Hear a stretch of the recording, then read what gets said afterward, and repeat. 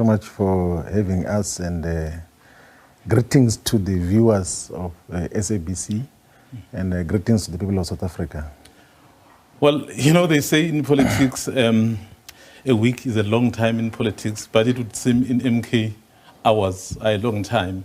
When we're trying to arrange this interview, you had a totally different head. And 2 hours later, you're somebody else completely. When was this process of appointing you as the Secretary General finalized? No, look, the president of Mkhonto always interacts with the national officials who are a recognized structure in the constitution of Mkhonto. And then once that process is finalized, then affects the appointment. So the constitution empowers him to make appointments into the national leadership structures of Mkhonto. But there had been discussions before from the president to indicate that now that the Secretary General, Dr. Sfiso Maseko, has to return to work, they might request that we play that particular role in Mkhonto party. So it has been a process that has been thoroughly discussed, and we've been mandated, and we're going to fulfill the responsibility with the utmost respect and dedication and focus, and dedicate all our capacity to make sure that we build a stable and sustainable organization that is represented in all corners of South Africa. So that is the process that has been ongoing. The good thing about Mkhonto is that none of the internal deliberations will find itself in a public discourse before they are communicated. So only once the decisions have been communicated, you will know the position of Mkhonto. Otherwise, before that, the rest of the things just become gossip and speculations. We are a disciplined organization that only communicates collective and sound decisions that are taken by the movement. Yeah. You would agree with me that there's been quite a high turnover of the Secretaries General. I mean, you've just come into this position, so there were so many people before you, and the party is not even a year. So is Floyde Shivambu going to last in this position, or is another 2 months and then you're out, somebody comes in? No, look, I think there has to be context as to understanding that. So, you know, one of the things which we have to say to the people of South Africa is that President Jacob Zuma knows what he's doing in terms of founding this organization. And at the founding stages, when certain things foundationally do not make sense, they have to be changed so that the foundation is not defected, the foundation is not corrupted in the manner that it is.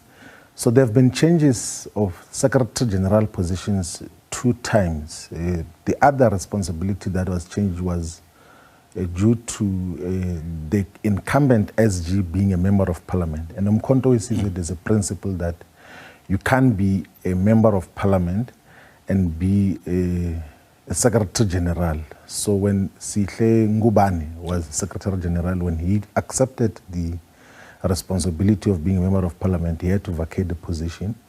And now Dr. Maseko has other obligations as a government employee. But the other changes were due to political considerations to say that these perhaps were not the suitable candidates due to one reason or another. And in terms of the responsibility that we've been given now, there's a clear mandate of what we have to fulfill. And I'm 100% sure that in terms of the expectations, we will be able to optimally and efficiently, effectively fulfill all the responsibilities. Because one of the things that also defines our president of Mkhonto as a party, it's zero tolerance to incompetence, zero tolerance to nonsense, zero tolerance to corrupt individuals and corrupt practices. So whenever people do things that are not mandated and outside of the organization, he takes decision immediately. He doesn't work on these things that were closing ranks even when there's wrongdoing. And I'm 100% sure that I'm not that character that will do wrong things. I'm not incompetent. I'm actually like far much more suitable for the responsibility or whatever responsibility that the organization can assign to me. So I think we're in for a long haul in the organization, because he will never irrationally take a decision that shifts positions for the sake of it. He does it for sound political, ideological, and organizational purposes and reasons in the manner that it is. So we're here to play the role of Secretary General of Mkhonto. You know, as you articulate some of the decisions and your approach, there's a lot of emphasis on the president.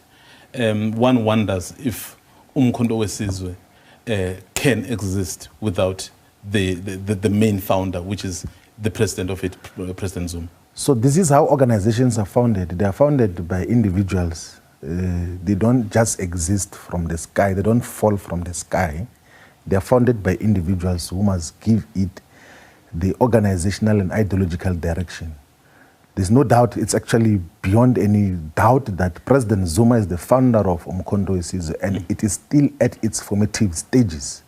He's going to play a central role as to what happens now in the intervening period. I played a role in the past of founding an organization. It was never having a conference in the first 12 months. It passed 12 months. It had conference after 18 months. And in the intervening period, the founders of the organization, which I was part of, were taking decisions as to what happens with that particular organization. Some organizations, by the way, found for more than 10 years. We've got organizations that are represented in parliament, who have been in municipalities. Some are even occupying government responsibilities, but have never been to elective conferences. Their founders are still giving it the direction that it deserves. So there's absolutely nothing wrong for President Zuma to give the ideological, political, and organizational guidance to Mkhonto. So these people who are saying, no, why elective conference, why appointment and everything else, that is how organizations are founded, and it's all rational. Anything else will be disastrous, will be suicidal, will be apocalyptic in the manner that it is. So we have, as an organization, a leader who is responsible. He knows what he's doing. He has got massive experience in terms of organizational leadership. He has been a Deputy Secretary General of the ANC, he has been a chairperson of a province, he has been a Deputy President of an organization, he has been a President of the organization. So he has got profound experience. He knows what works and what doesn't work. Yeah, no, I think I understand that. Yes. But you and I know former President Zuma is not a young man anymore. Yes. And then at some point, some will have to come and take over. In the constitution of the MK party, there's no provision for the elective conference. How do you envisage to navigate that eventuality, that at some point, so as someone who will exit the stage in terms of handing over to the younger ones, how are you going to navigate that stage? So, you know, part of the ideological, political guidance that is provided by President Zuma now is that we are founding an organization, and if you want to base that organization on elective conferences, you're going to make it vulnerable and accessible to factional politics, but also to influence of money that is going to come from wrong sources to influence its direction and even capture it for wrong purposes. So we're founding the organization based on these principles that are founded in the Constitution in terms of what happens. We are not thinking about the departure of President Zuma, because we know he is not about to depart now. He's still strong. He's giving us the political guidance. And once the organization has gained its full traction, it's founded in all the voting districts, in all the wards, in all the sub-regions, regions, provinces. And once it has been able to overcome some of its immediate challenges, perhaps hindsight, or maybe later on, will then be able to reflect as to what do we do differently? How do we constitute the processes of selecting leadership, or do we assign that responsibility to someone else? But that will happen as and when we come across the bridge. We are not obsessed about that particular aspect. The immediate task that we have now, which is defined in the Constitution, is to build the presence of the organization in all corners of South Africa. And we're going to do exactly that. I get you. That's for the future, from what you are saying. Yes. But as I'm saying, God forbid, nothing happens to President Zuma. Nothing will happen to President Zuma. But you and I, are not God. Yeah, do you know, and we okay, also, here's what I want to ask. Yes. What if tomorrow something happens? He is incapacitated in one way or the other. How do you then get to resolve the leadership issue? We don't work on those postulations. We are not even working on those postulations. What we know now is that the leadership collective which President Zuma has assembled thus far is a responsible leadership that knows what has to happen, if anything were to happen. And we don't even think about that, by the way. So we've got the responsible and capable leadership that knows that we carry a collective and individual mandates and obligations to build a united organization which is not just pursuing unity internally, but also seek to unite all the progressive forces. So there is absolutely no confusion, and I wouldn't think that we would write a constitution and a framework based on suspicions or superstitions that someone is going to disappear. We know what we're doing. President Zuma is leading us now, and all of us know, responsibly know, what should happen if you said God forbid, and we say that as well, that, and we know that there's nothing that is going to happen wrong to President Zuma. You know, sitting here listening to you, wearing the green colors, and I mean, you and I have worked together. Well, together, not necessarily in the same organization. I've been in the media space. You've been in the political space. Yes. So I've been covering for a long time. So I know how sometimes you viewed matters related to former President Zuma. In fact, I'm reminded of, I think, the 2011 Youth League conference, where I think for the first time you vocalized your view about former President Zuma. I think he was explaining the processes around Libya, and then you were so unhappy. And then that famous Ukhuluma Nambab, Utinibab. Oh, yes. Yes. So, and then sitting here, 13 years later, seeing Floyde Shivambu speaking so glowingly of former President Zuma. So what has changed? What is it that has convinced you? I think, if we want to let's historicize it properly. Do you know, in my entire political life in the student movement, those who served with us knew that before he was even president of the ANC, in the South African Students' Congress, we're part of the student activists that were openly supporting President Zuma. Like, I know he addressed one of the congresses of SASCO in Fort Hare University in 2003, were those who were openly, to the extent that even the internal dynamics of SASCO were associated with those of us who were supporting President Zuma, such that we lost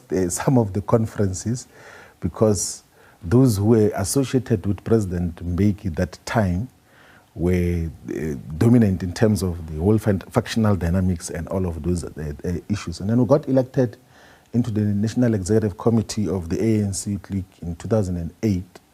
And as part of those who were associated with President Zuma as well, majority of us, if not all of us, were elected into the National Executive Committee of the ANC League in 2008, were in support of President Zuma. Actually, I remember that the first National Executive Committee of the 24th ANC Youth League, after the election, immediately we finished the National Executive Committee, went to support him in Maritzburg. I actually gave that recount when we went to support him currently again.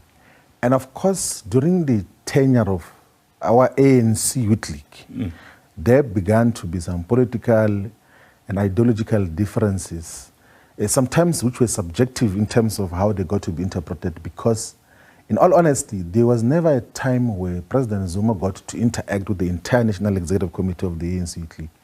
But those who were representing us then came with the report that, no, Zuma is selling out, Zuma is doing this, Zuma. And of course, we're under the leadership of whoever was leading us there at that particular moment. And then there was then issue of... Yes, was the president of the ANC Youth League at that time. And we viewed the ANC leadership according to what the leadership was saying, all of us. that no, there's a problem, then it's a problem in terms of how it got to transpire. And then, of course, the issue that you're making a reference to, then there was the issue as to what becomes the approach to the Libya no-fly zone issue, and then there was that difference which got to happen. And with time, you know, I must have to say this much more emphatically that, you know, if you are a honest political leader, you can't be presented with facts and proper historicization of what happened in the past and still want to believe in what you believed in before. I think Frantz Fanon calls that a cognitive dissonance, where you just want to believe on one thing even when there are facts that are obtaining differently. What I know about President Zuma now is that he knows where the battle line is drawn. He knows that we are fighting this side as the anti-colonial, anti-racist, anti-neoliberal forces. And he knows who are our friends. That is why even his association with the progressive countries in the world gives testimony to that. There's never been an incident, not even a suspicion once, where President Zuma has been associated with the establishment, or the capitalist establishment, domestically, continentally, and globally. He has always fought on the side of the people. So, and those are the politics that we associate with. So, in short, you're saying somehow, I think in some platforms you said you had been mobilized against President Zuma. Yes. And then you've just said now, those who were leading you then, who gave you the report. I mean, I cannot think this refers directly to, I mean, your immediate former president, which is Julius Malema, who would give you those reports. No, is he one of the people who was... No, I honestly wouldn't want to discuss politics in a narrower sense. Like, it doesn't help in terms of proper contextualization of the historical moments and what got to happen. Yeah. But you would know that during President Zuma's presidency, there was a lot of falsehoods that were spread by the media, that there's a house which is built in Dubai, like a huge mention of 400 million, all sorts of falsehoods, by the way. And we fell into that trap and joined into that nonsense of saying there's everything wrong with President Zuma. And then we called for the commission of inquiry into so-called state capture. But when the revelations came on the state capture, we realized that actually there is nothing which has been alleged President Zuma had done wrong. Like, there's objectively nothing that represents any state capture from his side. But we fell into the trap because the politics which I am purposefully departing from, and I've never been part of that, even when the entire grouping was excited about individualizing politics and everything else there. Like, we have to move away from these things of wanting to fight individuals, because it blinds you from so many progressive things which otherwise, from a collective and fair engagement, can benefit society as a whole. There are so many things, like you can go and check when we're pushing the land question against the caucus of the ANC in parliament. President Zuma says, I don't understand why the EFF and the ANC are not merging to have a common perspective on expropriation of land without compensation and amendment of Section 25 of the Constitution. But because we're blinded by, no, we're anti-Zuma, it doesn't matter what he says, we're not going to agree with anything. Okay. And those are the politics of the past, which we must leave there and then focus on the future, which is defined clearly as an anti-colonial agenda that seeks total decolonization. And that is happening under President Zuma, and we're proud to associate with him. Yeah. On that, at some point, I think you were still a 6% party when you were still in the EFF. Yeah. You offered the ANC your 6% to change the constitution for nationalization. He was the leader. He didn't take it. No, that is not the correct reading of history. So, you know, this is how the parliamentary politics happens. You can actually go to your records, like you can actually be able to retrieve what his interventions were in terms of the EFF's proposal that we should amend Section 25 of the Constitution to permit for expropriation of land without compensation. His political guidance to the ANC caucus, even in Parliament, was that such should happen. But parliamentary politics are handled elsewhere by the parliamentary caucus, and they got to distort the meaning of that purposefully. He doesn't sit in the committees that deal with that. He doesn't finalize the processes which the committee, the committee which was assigned to deal with that work, deal with. And at the tail end, now when the ANC had changed its leadership in Nasrec to elect Mr. Cyril Ramaphosa, then they got an opportunity to now say, let us not amend the constitution to permit for expropriation of land without compensation, but the resolution of parliament. And this is proper, pure historical facts that we can verify through writing as well. When the parliament got to pass the resolution to do the public hearings and establish an ad hoc committee to go and speak to different people and receive submissions, it was President Zuma who was the president of the ANC and of the Republic. And when political power shifted, they were able to distort the meaning of how expropriation of land without compensation should be handled. And by the way, let me just clarify this. I'm not saying this now because I'm in Mkhonto. I said it when I was still in the EFF, like possibly for the past, if people pay closer attention to what we say and write publicly. I said on several occasions that we were misled on President Zuma, like long before there was even discussion of the formation of Mkhonto. That is why, but as part of these engagements... That's why I really want to know. Yes. We were misled. Yes. Who misled you? So the entire discourse of South Africa's politics, right, inclusive of influential media platforms and state institutions which in some instances were abused to pursue political agendas. It's not a secret that as public protector, Thuli Madonsela was in pursuit of a narrow political agenda. It also shows with what she got to do and who she got to associate with after her office as a public protector. At that time, we thought she's a genuine person who is in pursuit of a genuine agenda, but she was in pursuit of a class agenda which sought to portray President Zuma as corrupt, to portray President Zuma as a person who is not living within the constitution, and she was doing so in protection of the white capitalist establishment. And we somehow fell into that trap, and that is why we supported Thuli Madonsela and said, let's have state capture inquiry and everything else. The inquiry happened. None of those monumental accusations that were made against President Zuma were proven there. Even in his absence, like they couldn't come and say, no, you didn't defend yourself. We've got the evidence that you bought a multi-million mansion in Dubai. You took billions of rands out of the state. They couldn't prove. There's so many allegations that we're making against the Siyabonga Gama, Lucky Montana, Brian Mulife, all the critical role players in the government of President Zuma, but they were opposing them because those were beginning to push a proper radical agenda which was going to undo the injustices of the past and balance South Africa's economy to reflect its demographics in terms of population. So that is basically what got to happen. And I'm coming back to the same point again, that you can be wise. You can be a normal person when you are presented with clear facts which you verify yourself and you still continue to believe in what you believed in before. That is called cognitive dissonance. Yes. No, I want to move on to Black Unity and Progressive Forces. Yes.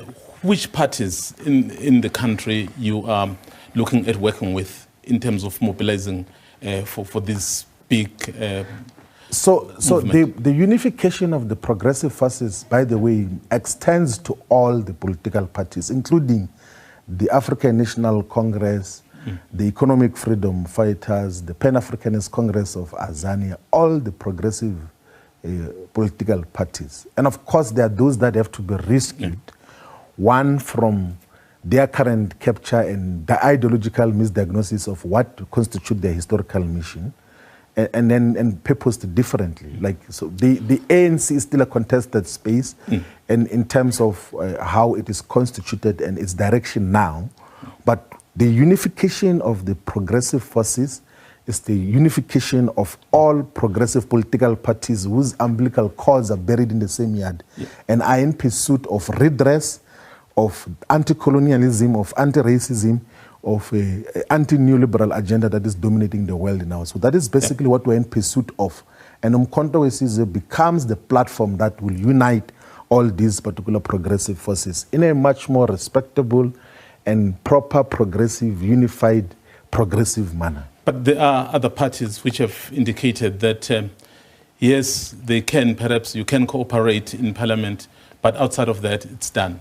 In fact, I think I'm just reminded of the tweet of Julius Malema after Dalimpofu had left, saying, well, he's expecting 2 more to follow. You probably may assist me if you do know who could those be. And then he's basically saying, well, so we are guided by leadership. We are not going under that criminal syndicate. So, I don't know about that. I did not read that as well. I'm hearing it for the first time. But also, I wouldn't want to make a response on sentence articulations. Perhaps if there was a political perspective that was given substantially in written form, or in a political input, we could then be able to, because when you give a political input that has got huge historical meaning, you must first give the background as to what informs your perspective, what informs your characterization of any political development, and on the basis of that, we can then be able to respond to that. So I don't think I'm at a stage where I'm going to be reporting to or responding to Twitter things and everything else. Those are streets, man. We don't deal with those. I deal with organizational issues. Okay. After you've left the EFF, we've seen 1 or 2 high-profile individuals like Dalimpofu, the recent one, Busem Mkhonto. Yes, and Fanamukwen. Do you know other people, perhaps, that you interact with? These are your comrades who may follow you, not necessarily because you have called them, but because they feel the way you do? I do not know of any of the leaders of the EFF, of any other political parties, who are going to join Mkhonto in the foreseeable future. But if they are there, we encourage them to do so, because Mkhonto is a progressive platform. And we are not in the process and in the habit of going to recruit the incumbent leaders of any political organization. They come by themselves. So here in Mkhonto we say that Asbabiz Bayazizela, they come by themselves. And these are adult comrades who have got proper political history and credentials. They know what they're doing. So to delegitimize and want to rubbish their political decisions out of political consciousness of joining Mkhonto is just too low. So we must respect everyone's decision that if they think that their platforms to fight for the anti-colonial agenda, for total decolonization of Mkhonto, they should do so. When we were younger, like when I was 30 years old when we started the EFF, because at that time, we thought that the ANC is not a correct vehicle to fight for economic freedom in our lifetime, and went to found the economic freedom fighters. If there are those who believe now that the economic freedom fighters, the ANC, the PAC, the UDM, and all other organizations are not correct vehicles and instruments to fight for total decolonization, they must come to Mkhonto and boldly participate and without any shame participate in Mkhonto, because that is what we're encouraging, that let us constitute a platform. And the historical context of this is that these multiple political formations that exist there, and there are not helpful in the otherwise agenda that has to be fought in unity by all the anti-colonial forces, because those, they get subjected to subjective weaknesses which we cannot overcome. I'm actually very interested in this point you are making. Yes. You know, I've been seeing a lot of fights between you and some of the people in the EFF on the social platform. So how are you going to be able to work together with some of those people? I don't fight people on social media. Well, you actually on Snout Tambo, you I honestly, those are kids. We sometimes have to be educated, and we have the patience to educate. I don't have those type of interactions. And leave now that I'm Secretary General or National Organizer of Mkhonto, historically, I don't interact in those platforms in a narrow and much more defocused way. What we have an obligation to do all the time as leadership is to provide political consciousness and education. And that is what we exactly do. That this is the historical context of what we're busy with, and these are the facts that we're dealing with. And that is it. And it's not even in a way of trying to do chit-chat with liberal kids and everything, as they would then think that they can then deal just with this. Because we're moving towards closure now. Yeah. What's your relationship with Dr. Mbuyiseni? He's my brother. Like Mbuyiseni is my brother, like in a true sense of brotherhood. My relationship with Mbuyiseni is not political relationship in J. It's a brotherhood relationship which has been there for more than 20 years now. So like, you can imagine that he is not 40 yet, and I'm just 41 years old now. So if we have had the relationship for 20 years and a very trusting relationship, he's my brother, but he holds his own political views in terms of how we should handle some of these issues. I'll give you an example that when we were campaigning for the 2024 general elections, we had given a political guidance that there must not be any attack of leaders and political engagements between the EFF and Mkhonto, that because we potentially are going to have unity.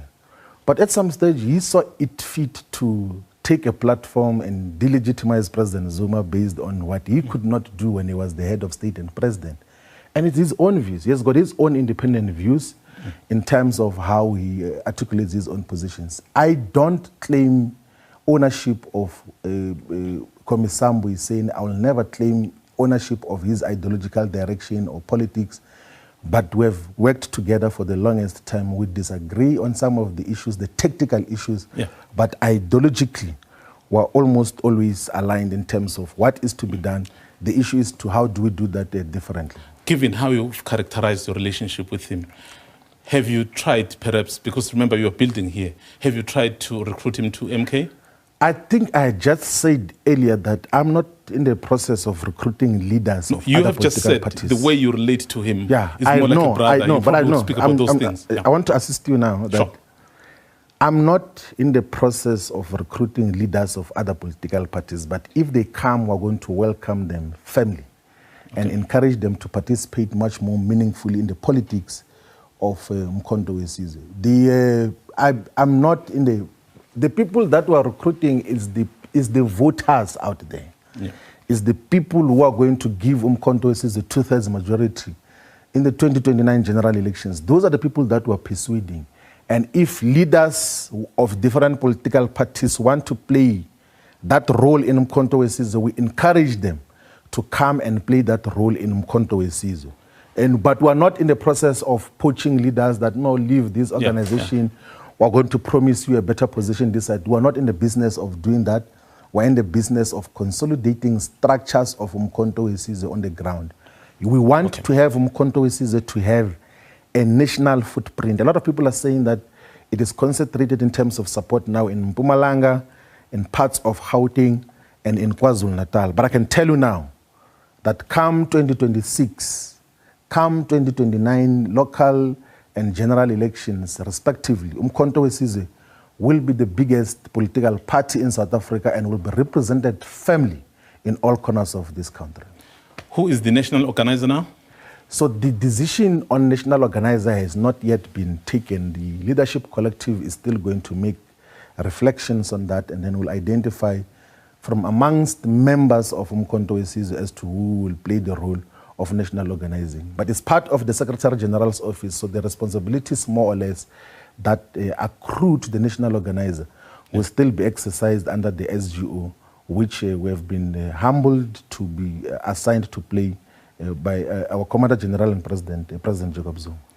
Well, I hope once you start to hit the ground running, so you'll not be very scarce. No, we'll we're definitely going to be doing work of the organization. Today we're going to be going to Tabazimbi. There's a re-election there to interact with structures of the organization. And one thing which we always appreciate is that Secretary General's work is not in media rooms and in press conferences. Secretary General does work on the ground, and that is where we're going to be found every day. We'll be interacting with structures and members of Mkhonto Wesizwe. That is where we belong, not in media rooms, not in press conferences. But to communicate those decisions, and there are people who are assigned to going. deal with that. There are people who are assigned to deal with that. The Secretary General plays a separate role, not media rooms. Like those who play media roles, they know what they are busy with. We in Mkhonto were on the ground and not trying to become television presenters. Well, thank you very much, the newly elected or appointed Secretary General of Mkhonto. No, thank you very much. Floyde Shivambu. No, thank you very much for having us, and we're looking forward to interacting with members of the media, but most importantly, with structures and potential members and leaders of Mkhonto. Thank you. Well, that was the newly appointed Secretary General of Mkhonto speaking to the media, I think for the first time, outside of that press briefing. I'm not talking about the podcast. We spoke to Shivambu. I'm not talking about podcast. I'm talking about part of the media legacy media. Yeah, that is part of the media. Yes. Yeah. Well, that is Floyde Shivambu, and we expect to be having these kinds of engagements going forward as we go to the break.